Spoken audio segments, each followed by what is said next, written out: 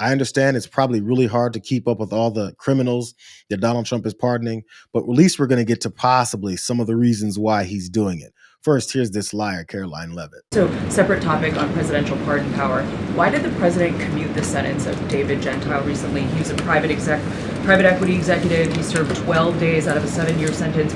Prosecutors said he defrauded $1.6 billion with thousands of victims, including veterans, farmers, teachers. Why was he pardoned?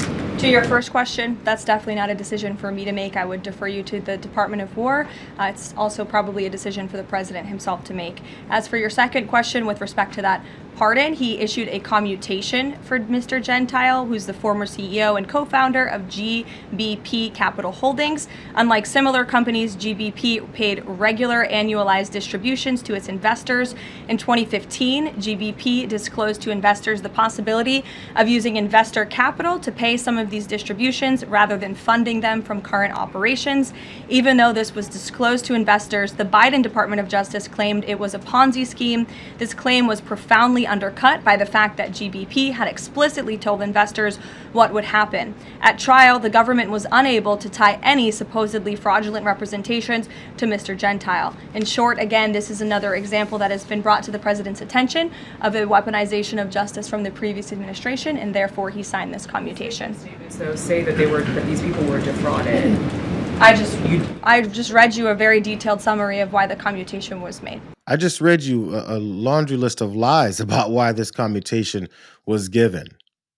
Who cares about facts? Who cares about what was actually said and actually proven in the evidence that was given in these convictions of these guys? So that was Caroline Levitt giving the Trump administration's version of reality.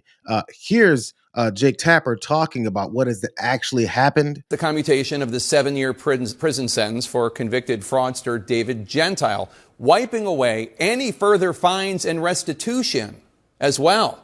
Gentile is the former CEO and owner of GPB Capital Holdings. He, along with another private equity executive, were convicted in 2024 in what federal prosecutors described as a $1.6 billion scheme, defrauding more than 10,000 investors. Why on earth would President Trump commute the prison sentence of this fraud? Well, here's what the White House said when asked. And this is another example that has been brought to the president's attention of a weaponization of justice from the previous administration, and therefore he signed this commutation. Who brought this case to President Trump's attention and claimed it was weaponization? I asked the White House press secretary, Caroline Levitt. She did not respond. I mean, it couldn't have been Trump's handpicked U.S. attorney in New York who brought it to President Trump's attention, because that U.S. attorney in May of this year applauded the 7-year sentence for Gentile. He called it a, quote, well-deserved and should serve as a warning to would-be fraudsters that seeking to get rich by taking advantage of investors gets you only a one-way ticket to jail. So who brought it to President Trump's attention? It couldn't have been the assistant director in charge of the FBI's New York field office, because he said that Gentile and his co-defendant, quote, wove a web of lies to steal more than $1 billion from investors through empty promises of guaranteed profits and unlawfully rerouting funds to provide an illusion of success, unquote. So who was it? And why were they more compelling than the thousands of Americans whom Gentile defrauded? That's a good question, Jake. Because again, that's blowing up that lie that Caroline Levitt told from the beginning, saying the Biden administration called this a Ponzi scheme. Because as long as they say Biden and then insert whatever lie they want to tell afterwards, they expect everyone to believe it. So Trump's U.S. attorney applauded the sentence.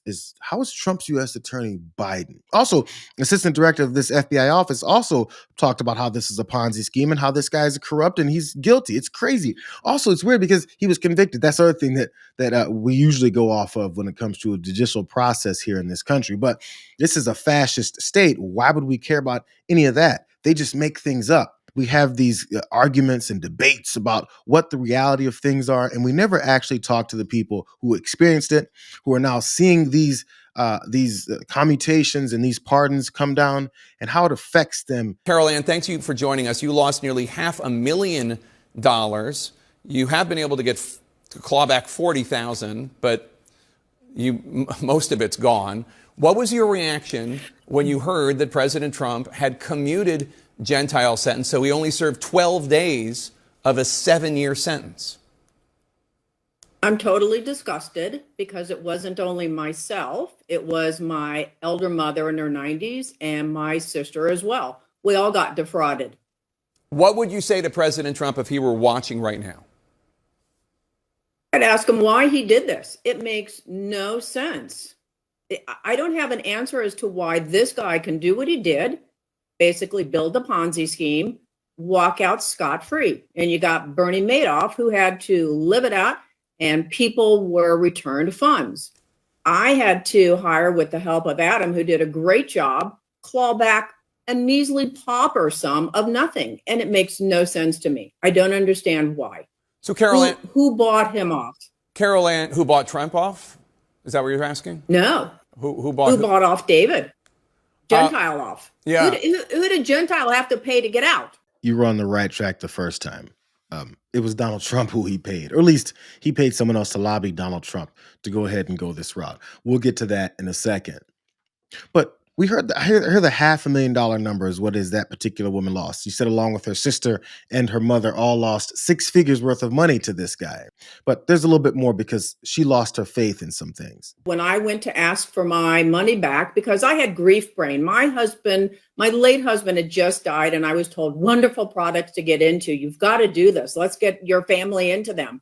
Well, you're not really functioning for quite some time after you lose your spouse of many, many years. And when I asked for money back, oh no, they're just waiting. What are they waiting for? Call me in about 6 months. Time went on and there was no money, none. Do you have any hope of getting back the hundreds of thousands of dollars you lost? No, I wish. I mean, my mother lost over 100,000. My sister is in the same boat as I am. You lose faith in these type of people. I've lost faith in Wall Street. That kind of struck me. She's lost faith in Wall Street. You see the way this Wall Street's also one of those entities that we sell off as this, this entity where you create your wealth, which a lot of people do. But as it's more and more corrupt and more people like, this corrupt guy in the White House manipulate it for their own purposes, it's things like this is what they gear themselves towards, helping the folks who fix the game, who fix the system, defraud people, steal their money. Donald Trump enjoys those folks. Those are the folks that Donald Trump has dinner with and talks about how great things are. You guys saw this lady's attorney sitting there as well. One more chance here to dispel all those lies about how this was not a Ponzi scheme and it wasn't anything that anyone should be worried about. I'm sorry, it was a Biden weaponization of our justice system. Please. So, Adam, the White House argues this is not a Ponzi scheme, that Gentile did not make any fraudulent statements. They claim this is another example of weaponization by the Biden administration. What's your response to that?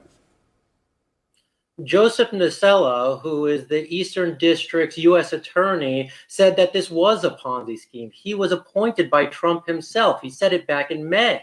So you tell me, was this a political commutation of Mr. Gentile's sentence or not? And why only Mr. Gentile? Why not his partner? His partner's still serving his sentence. And if Mr. Gentile really was innocent, why not give him a full pardon?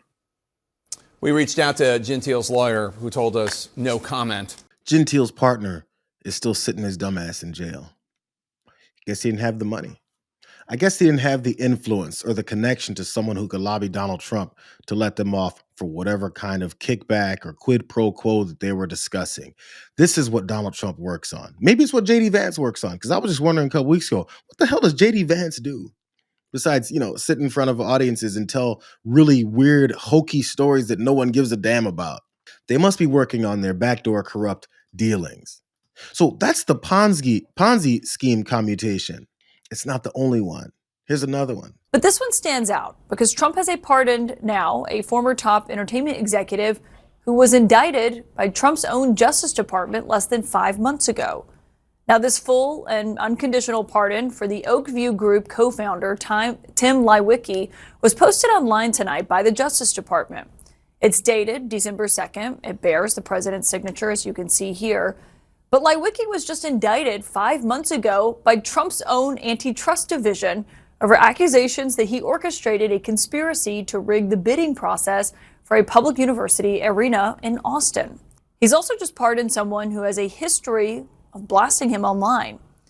Look at this. In August 2023, the same day that Trump was indicted for conspiring to overturn the 2020 election, the person that Trump just pardoned, Lewicki, wrote, according to now deleted posts that were seen by CNN, "This isn't political, and God bless Vice President Pence for standing up and fighting for our Constitution and due process.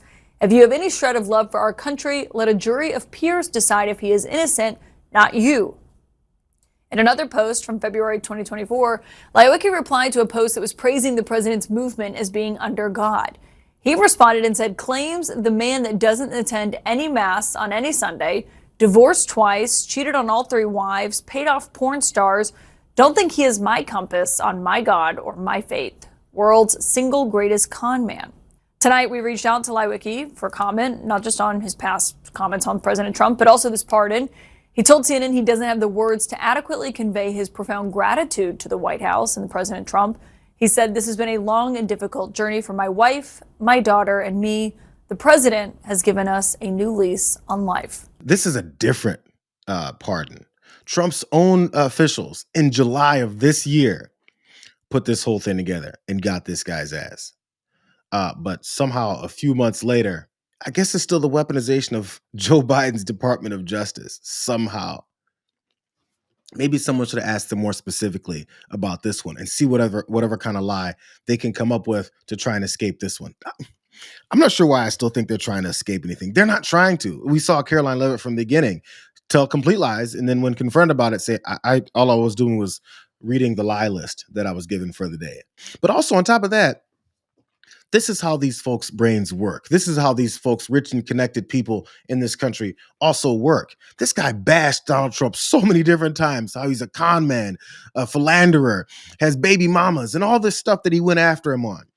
And now, after getting his ass saved for whatever reason that he paid enough people to get to this point, now I can't thank the president enough. What a wonderful individual. I can't believe he do this. He gave me and my family a brand new lease on life. So the next time they want you to give a damn about these billionaires, these multimillionaires, and these people who have rich and powerful connections to literally skirt the law, even after being convicted with overwhelming evidence, the next time they want anybody that isn't super rich to have any kind of sympathy for these fucking billionaires, think about how much they think about you when they get their brand new lease on life.